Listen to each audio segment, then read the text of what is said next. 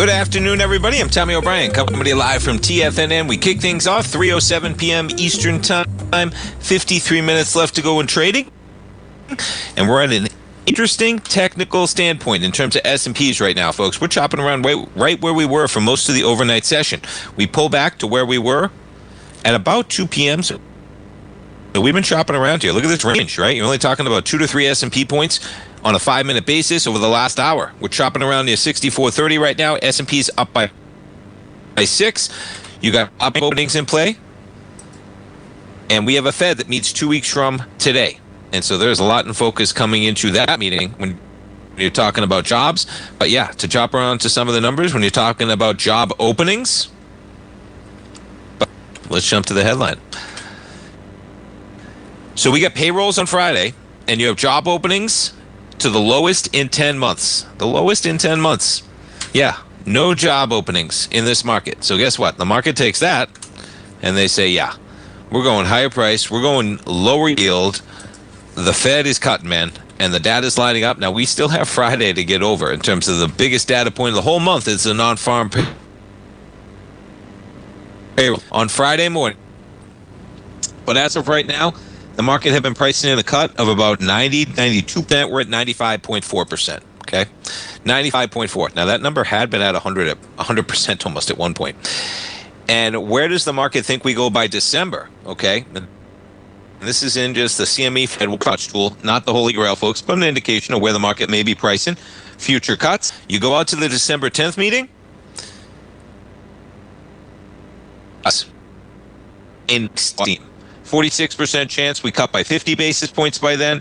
44% chance you cut by 75 basis points by then. And an outlier risk that we've only cut by once.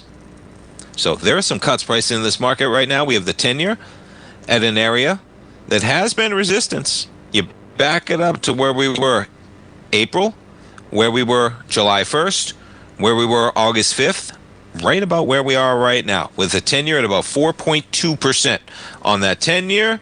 We'll see if we can break through that area. On a short-term basis right now, the reason why I start off with those pricing of cuts, there are a lot of cuts priced into this market already, folks, okay? The market right now thinks we're getting 2 to 3 cuts over the next 3 meetings. So if we get 3 cuts over the next 3 meetings, maybe yields pull back a bit, but it is priced in. Where are we going in 2026? Well, we get a new chairman, no matter what happens, with the Fed circus going on in May. And yeah, gold, that is a run, baby. And gold's got the volume. You know, this market's got some volume on the downside right now. Gold's got the volume on the upside. Getting maybe a little overextended today, but yesterday's move, okay, that was real. You break above all-time highs, you push 3,600, and you do it on 363,000 contracts.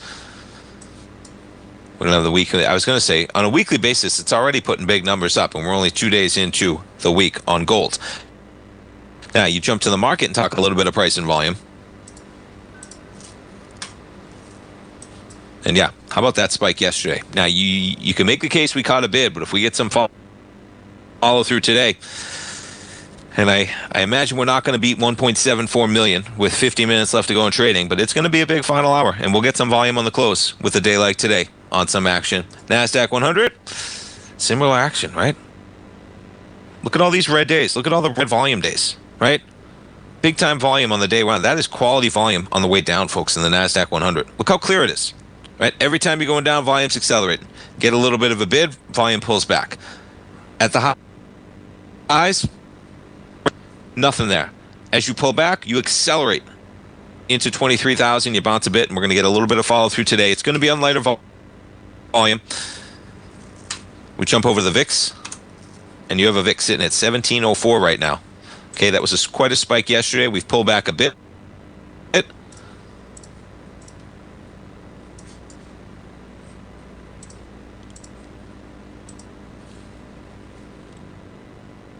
All right, let's jump some equities. Jump over to Google shares. Quite a day for Google shareholders. All-time highs.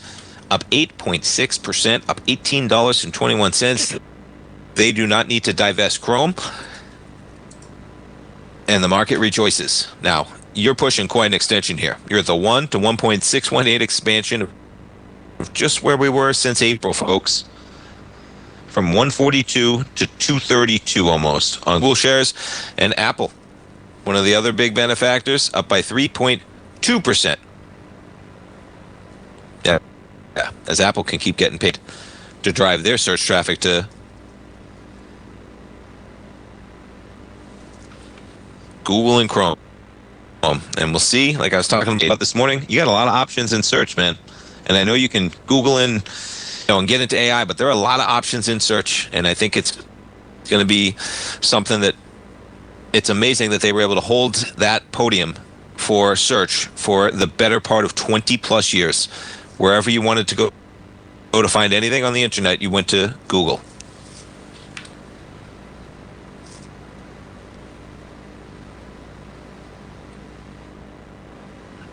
All right, we'll jump around. What else we got going on today? Let's check out some of the banks.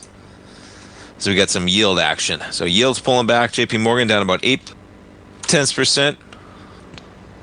Yeah, Bank of America off by 1% right now.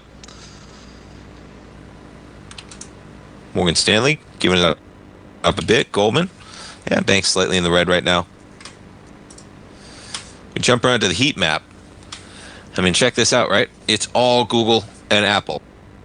You got Broadcom up by 0.6%, Tesla in the green, Walmart in the green.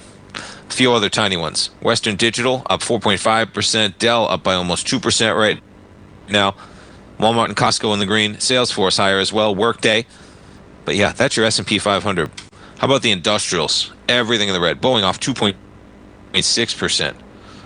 Intuitive Surgical off by 6.3%. Look at the energy stocks.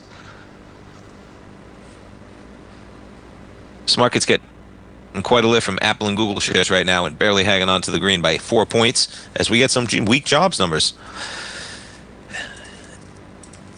I find myself wondering, the volume's lining up. Okay. The market knows that the Fed is going to come in and cut. There are almost 3 cuts priced over the next 3 meetings. So, is bad news really good news anymore? No, because the market already knows the Fed's going to cut. So, we already know the Fed's going to cut. The bad news no longer helps us because we know the Fed's going to cut. Now, they can always cut quicker, right? But no, bad news is not going to be good news anymore. All right? That's what you're seeing today. We got job openings pushing lower, and the market is trading lower on that because cuts are lower, but